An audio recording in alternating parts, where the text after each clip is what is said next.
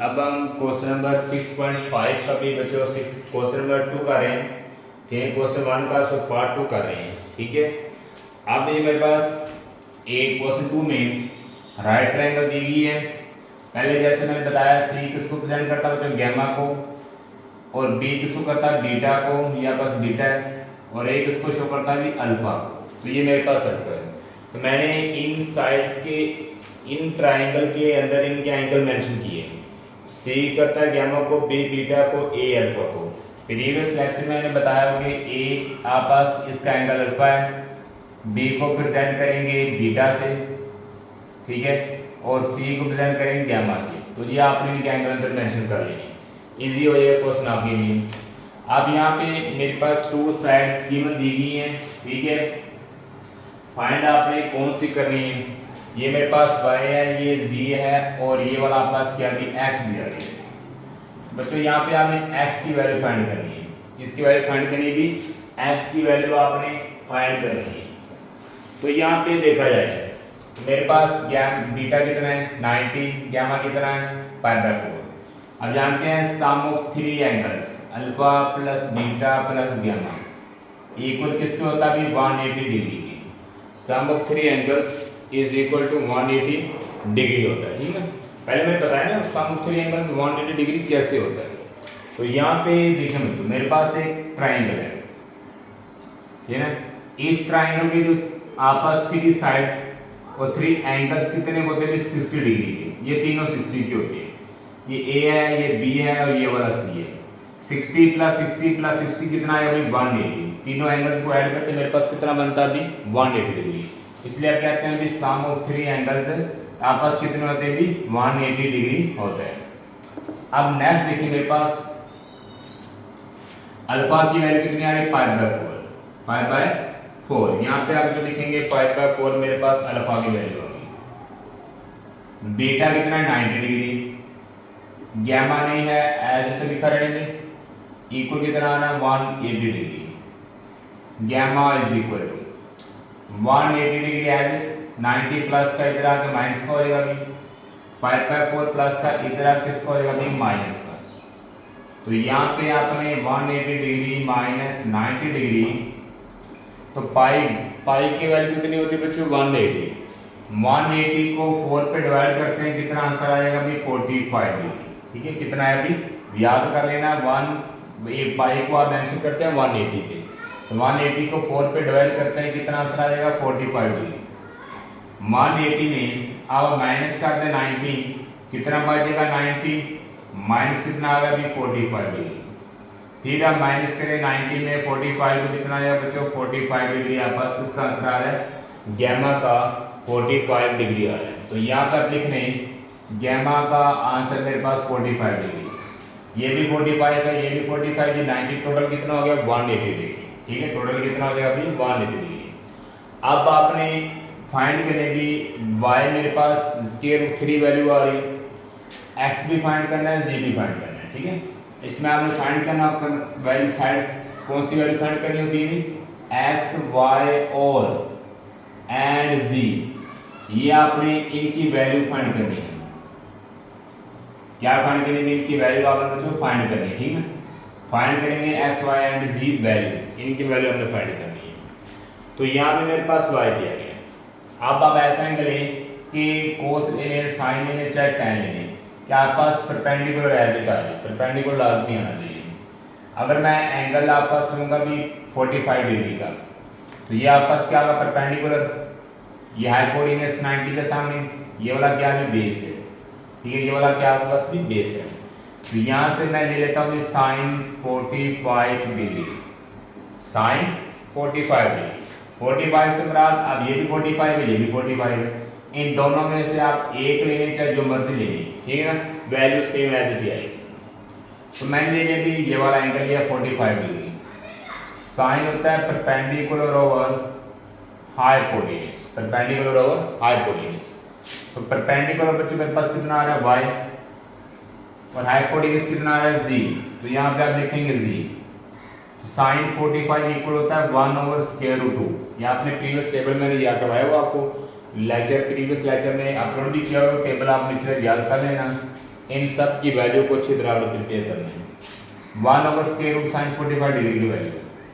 y कितना आ रहा है √3, z एज इट लिखा है, z आपने फाइंड करना एज इट है।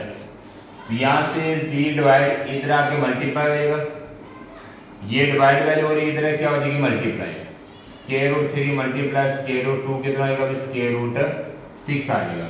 तो यहाँ पे मेरे पास जो z का आंसर है वो कितना अभी 6 सेंटीमीटर। ठीक है, आप सेंटीमीटर लिख दें, इधर भी सेंटीमीटर मेंशन कर दें, तो ये z का आंसर 6 सेंटीमीटर आ गया बच्चों। ठीक है, आप यहाँ पे लिखें z मेरे पास कितना आ गया अभी 6 आप जिस तरह मर्जी लगा लें, मैं tan लगा लूँ, अगर tan लगाएंगे तो आप पास आएगा परपेंडिकुलर और बेस, तो यहाँ से आप x फाइंड कर सकते हैं। अगर आप फिर साइन लगाना चाहते हैं मेरे पास आएगा परपेंडिकुलर और हाइपोटेन्यूज आएगा, तो इसमें x आ नहीं रहा, इसको छोड़ दें। कोस लगा लें, कोस 45 डिग्री इक्वल आएगा अभी बेस ओवर हाइपोटेन्यूज, ये भी ठीक है क्योंकि इसमें x आ रहा है, तो आप x फाइंड कर सकते हैं। ठीक है बच्चों, बिल्कुल इजी है। मैं लगा लेता हूँ कोस लगा लेते हैं, कोस 45 डिग्री इक्वल, कोस इक्वल होता है बेस ओवर हाइपोटेन्यूज के, बेस ओवर हाइपोटेन्यूज, बेस मेरे पास x है, हाइपोटेन्यूज कितना जो आ रहा है √6, मतलब z आ रहा है। यहाँ पे वैल्यू कितने x एज इट, z की वैल्यू कितनी आ गई √6, यहाँ पे जो फाइंड किएंगे z की वैल्यू √6 आ गई है। इस तरह cos 45 इक्वल होता है 1/√2 के, 1/√2 आपके पास x आप यहाँ पे √6 डिवाइड इधर क्या होगा मल्टीप्लाई, नीचे कितना आ रहा है √2 इक्वल क्या है अभी x, तो ये मेरे पास यहाँ पे x की वैल्यू आ जाएगी, इसका मतलब आंसर आ जाएगा। ठीक है, अगर आप यहाँ से आगे सोल्व करना चाहते हैं तो कर सकते हैं, तो यहाँ तक भी ठीक है। अगर आगे का आपने करना है सोल्व तो √6 है, इसको आप लिख लें √3 √2 डिवाइडेड बाय √2, तो यहाँ से 2 से कैंसिल हो जाएगा क्योंकि 3 2 6 ही होता है आपके पास। ठीक है, आप पास आंसर क्या आएगा √3, इसका आंसर आ जाएगा इसका। इस तरह आप पास 2 साइड्स के आंसर आ गए हैं, √3 इसका आंसर आ जाएगा इसका। अब हम क्वेश्चन नंबर 3 करते हैं भी, अब हम क्वेश्चन नंबर 3 करें भी। मेरे पास 3 साइड आ रही हैं A B C, तो यहाँ पे 90 डिग्री का एंगल होगा वर्टिकली हॉरिजॉन्टली। ठीक है, मेरे पास वन साइड का गिवन है आंसर 2 सेंटीमीटर, y और x आपने फाइंड करना है। ठीक है, आप जानते हैं कि A किसको रिप्रेजेंट करता है अल्फा को, B किसको करता है बीटा को, और C किसको करता है गैमा को। तो वही know that sum of 3 angles equal किसको होता है 180 degree, alpha plus beta plus gamma is equal कितना है 180 डिग्री। ठीक है, सम ऑफ 3 एंगल्स इक्वल कितना था 180 डिग्री। कैसे होगा 180 डिग्री, अभी आपको क्वेश्चन नंबर 2 में बताया बच्चों। ठीक है, एक आपका राइट ट्राइंगल होगी, उसकी 3 साइड आएंगी, वन साइड 60 डिग्री की, दूसरी भी 60 की, थर्ड भी 60 डिग्री की, इन तीनों को ऐड करेंगे आप पास कितना आएगा 180 डिग्री आंसर आ जाएगा। ठीक है, इसलिए सम ऑफ 3 एंगल्स इक्वल 180 डिग्री होता है। अब आपने यहाँ पे वैल्यू पुट करनी है, अल्फा मेरे पास नहीं है एज इट लिखा रहने दें। ठीक है, बीटा मेरे पास कितना आ रहा है 90 डिग्री, और गैमा कितना आ रहा है वो 60 डिग्री है, इक्वल 180 डिग्री।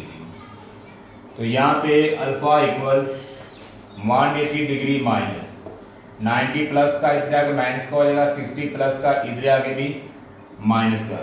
180 में 90 और 60 को माइनस करें, बाकी कितने बचेंगे 180 में 90 और 60 को माइनस करेंगे तो 30 डिग्री। अल्फा का आंसर मेरे पास कितना आया अभी 30 डिग्री। यहाँ आप लिख सकते हैं कि अल्फा मेरे पास 30 डिग्री आ गया। ठीक है, ये आपने इनके एंगल तीनों फाइंड कर लिए। अब मेरे पास एक साइड मेंशन है g 2 सेंटीमीटर, y और x फाइंड करना है। अब आपने साइन कोस tan में चाहे 30 डिग्री से चाहे आप 60 डिग्री से एंगल को लगाएंगे। ठीक है, अगर आप साइन लेंगे 30 डिग्री में तो आप पास आएगा परपेंडिकुलर और बेस बन जाएंगे। यहाँ से x ना ही x की वैल्यू है ना ही y की वैल्यू है, तो आप ये नहीं लगा सकते। आप लेंगे 60 डिग्री एंगल, अगर आप 60 डिग्री एंगल लेंगे साइन 60 डिग्री इक्वल, तो साइन 60 के सामने क्या आएगा परपेंडिकुलर, नीचे क्या आएगा बेस, 90 के सामने क्या होता है हाइपोटेन्यूज, 90 के सामने क्या आएगा अभी हाइपोटेन्यूज। अब यहाँ से साइन 60 इक्वल होता है परपेंडिकुलर ओवर हाइपोटेन्यूज होता है बच्चों। ठीक है, आप यहाँ पे 30 भी लगा सकते थे, साइन के लिए 30 लगाएंगे ना तो मेरे पास रहेगा ये परपेंडिकुलर होगा, ये बेस होगा, हाइपोटेन्यूज सेम रहेगा, एक्स और वाई आएगा तो आप इसकी वैल्यू फाइंड नहीं कर सकते। आपने यहाँ पे ऐसा एंगल लेना है साइन कोस टेन में, एक आपका साइड की वैल्यू आ जाए और एक विदाउट वैल्यू हो, तब आप इसकी वैल्यू फाइंड कर सकते हैं। ठीक है, अब यहाँ पे देखिए परपेंडिकुलर मेरे पास क्या आ रहा है, परपेंडिकुलर आ रहा है वाई, हाइपोटेन्यूज क्या आ रहा है जी, तो जी की वैल्यू है इसलिए मैंने साइन 60 डिग्री लगाया।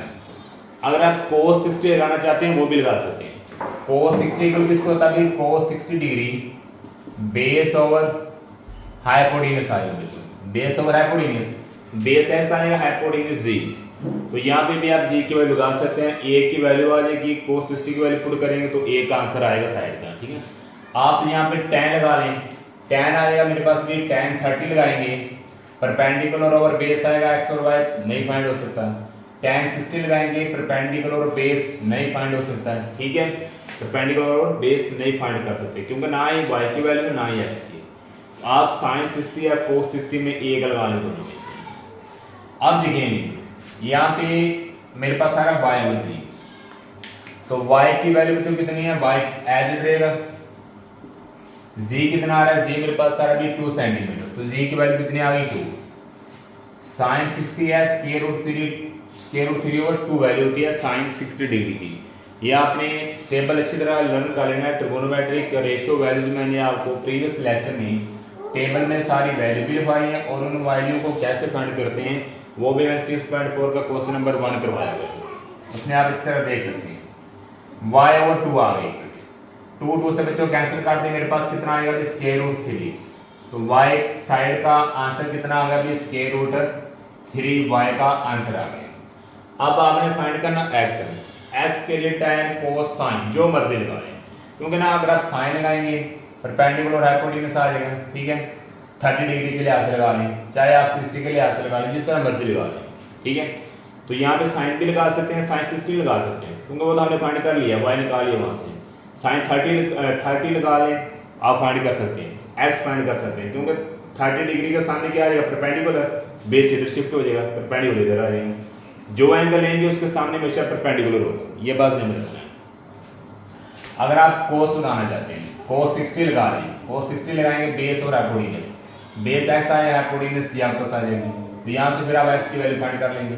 ठीक है, अगर आप लगाएंगे कोस 60 लगाया आपने, कोस 30 लगा लें, कोस 30 होता है बेस ओवर, ये आपके पास परपेंडिकुलर बन जाएगा, ये बेस बन जाएगा, तो बेस ओवर क्या आ जाएगा अभी कोस 60 की वैल्यू बेस ओवर क्या आ जाएगी भी हाइपोटेन्यूज, तो ये आप फाइंड नहीं कर सकते क्योंकि इसमें एक्स नहीं आ रहा है। आप लगा लें साइन 60, मैं लगा लेता हूँ साइन 30 डिग्री, या फिर आप लगा लें भी कोस 60 डिग्री, इन दोनों में से एक लगा लें। ठीक है, आप tan भी लगा सकते हैं, tan लगा लें 60 या tan 30, दोनों लगा लें, दोनों में से वैल्यू निकल सकती है। ठीक है, कोस 60 इक्वल होता है बेस ओवर हाइपोटेन्यूज, तो बेस मेरे पास क्या आ रहा है एक्स आ रहा है बच्चों, हाइपोटेन्यूज क्या आ रहा है मेरे पास 2, तो cos 60 की वैल्यू कितनी होती है 1/2, x/2 एज इट आ गया, 2 से कैंसिल, तो x का आंसर कितना आएगा अभी 1 आएगा। ठीक है, x का आंसर कितना आएगा 1, x का 1 और y का स्क्वायर रूट 3 है। तो ये आपके पास इस तरह क्वेश्चन नंबर 6.5 का क्वेश्चन नंबर 3 सोल्व हो गया। क्वेश्चन 1 का पार्ट 3 आपने ऐसे सोल्व करना है। तो बच्चों यहाँ पे मैं आपको एक तरीका और बता देता हूँ, याद रख लेना। आपने cos 60 से 1 वैल्यू निकाली है, मैंने कहा tan 30 या 60 से भी निकाल सकते हैं। अगर आप tan 30 से निकालना चाहते हो, tan होता है परपेंडिकुलर ओवर बेस के लिए, परपेंडिकुलर ओवर बेस के, तो 30 डिग्री एंगल ले रहे हैं यहाँ पे, आप इनको चेंज कर लें। 30 के सामने क्या आएगा परपेंडिकुलर, ये परपेंडिकुलर बन जाएगा, और ये क्या आएगा अभी बेस आ गया। ठीक है, जो एंगल लेंगे उसके सामने हमेशा परपेंडिकुलर होगा, 90 के सामने हमेशा हाइपोटेन्यूज, बाकी जो साइड बच्चे को बेस होती है। तो परपेंडिकुलर कितना आ रहा है x, बेस मेरे पास कितनी आ रही है स्क्वायर रूट 3, तो यहाँ पे आप लिख लेंगे स्क्वायर रूट 3, tan 30 की वैल्यू होती है 1 over square root 3, square root 3 square root 3 cancel, तो s का आंसर तब भी 1 ही आएगा। अगर आप tan 60 से करेंगे तब भी 1 आएगा। कैसे करेंगे भी, tan 60 डिग्री इक्वल आएगा भी बेस ऑफ परपेंडिकुलर ओवर क्या है भाई, परपेंडिकुलर ओवर बेस आ रही है अभी, या वो तीनों मेथड्स में निकाल देता हूँ। tan की वैल्यू कैसे निकाल रहे हैं, cos 60 से 1 आएगी, tan 30 से 1 आएगी, tan 60 से 1 आएगी परपेंडिकुलर। अब मैंने 60 डिग्री एंगल लिया है, tan 60 एंगल ले लें तो 60 के सामने क्या आएगा, परपेंडिकुलर, बेस को रेस करते हैं, यहाँ पे परपेंडिकुलर आ जाएगा। अब ये वाली बची ये बेस में चेंज हो जाएगी, ठीक है। जो एंगल लेंगे उसके सामने हमेशा परपेंडिकुलर, 90 के सामने हाइपोटेन्यूज, जो साइड बचे वो बेस होगी। तो यहाँ पे परपेंडिकुलर आ रहा है स्क्वायर रूट 3 और बेस मेरे पास कितनी आ रही थी, x। इसी तरह tan 60 की वैल्यू कितनी होती है बच्चों, स्क्वायर रूट 3 होती है। tan 60 की वैल्यू स्क्वायर रूट 3 होती है। आप इसके नीचे कोई भी वैल्यू नहीं आ रही है, वहां लगा सकते हैं। स्क्वायर रूट 3 से कैंसिल, x इक्वल क्या आएगा, 1 आ रही है, ठीक है। तो इस तरह आप पास ये भी x की वैल्यू कितनी आ रही है, 1 आ रही है। अगर आप sin 30 डिग्री से sin 30 इक्वल आया भी, sin होता है परपेंडिकुलर ओवर हाइपोटेन्यूज, तो वहां से वैल्यू निकाल सकते हैं आप। sin 60 का आपने निकाल लिए पहले, cos 60 या cos 30 ले लें, cos 30 इक्वल आएगा भी आप बस बेस ओवर हाइपोटेन्यूज, यहाँ से भी आप वैल्यू निकाल सकते हैं। अगर मैं cos 30 डिग्री लिखता हूँ, cos 30 डिग्री इक्वल आएगा भी बेस ओवर हाइपोटेन्यूज, ठीक है, बेस ओवर हाइपोटेन्यूज। तो बेस मेरे पास कितनी आ रही है, जो बेस आ रही है x, 30 डिग्री एंगल ले रहे हैं, पहले एंगल देख लेना आपने। एंगल मेरे पास आ रहा है 30 डिग्री, तो 30 के सामने क्या आएगा, परपेंडिकुलर, यहाँ पे चेंज करना है, ये बेस में होगी, ठीक है। जो एंगल उसके सामने आपके पास क्या आएगा, परपेंडिकुलर। यहाँ पे बेस कितनी आ रही है, स्क्वायर रूट 3 और हाइपोटेन्यूज कितना आ रहा है, आपके पास कितना आ रहा है, 2, ठीक है। और यहाँ पे cos 30 कितना आ रहा है, cos 30 डिग्री वैल्यू कितनी होती है, cos 30 की स्क्वायर रूट 3/2। तो यहाँ से दोनों सेम आपस में कट देंगे, क्योंकि आप देखें ना इसमें आपने किया बेस और हाइपोटेन्यूज। बेस मेरे पास स्क्वायर रूट 3 आ गया, हाइपोटेन्यूज 2 आ गया, x आपने फाइंड करना तो x इसमें आए नहीं है, इसलिए आप cos 30 को फाइंड नहीं कर सकते, ठीक है ना। आप इन तीन को फॉलो कर सकते हैं, cos 60 से x की वैल्यू निकाल सकते हैं, tan 30 से x की वैल्यू निकाल सकते हैं, tan 60 से जिसमें आप x आ रहा हो उसमें वैल्यू फाइंड कर सकते हैं। तो आप यहाँ पे cos 30 डिग्री के मेथड को नहीं करेंगे, ठीक है। इन तीनों मेथड में से एक कर लेना आपने, x की वैल्यू आ जाएगी, ठीक है। इस तरह y स्क्वायर रूट 3 भी आप 3 मेथड लगा सकते हैं, ठीक है। अब आप इन तीनों में से एक मेथड करेंगे, चाहे ये कर लें, चाहे ये कर लें, या फिर ये कर लें, ठीक है। या आपको समझाने के लिए बाकी करवाइए। यहाँ पे भी x की वैल्यू 1 आ रही है बच्चों, यहाँ पे भी x की 1, यहाँ पे भी x की वैल्यू 1 आ रही है। एक y की वैल्यू हो गई है, एक गिवन दी गई है, एक आपने ऐसे फाइंड कर लेनी है। अब हम क्वेश्चन नंबर 6.5 का 1 का 4 पार्ट करते हैं भी। इस तरह आप इन सब की वैल्यू को फाइंड कर सकते हैं।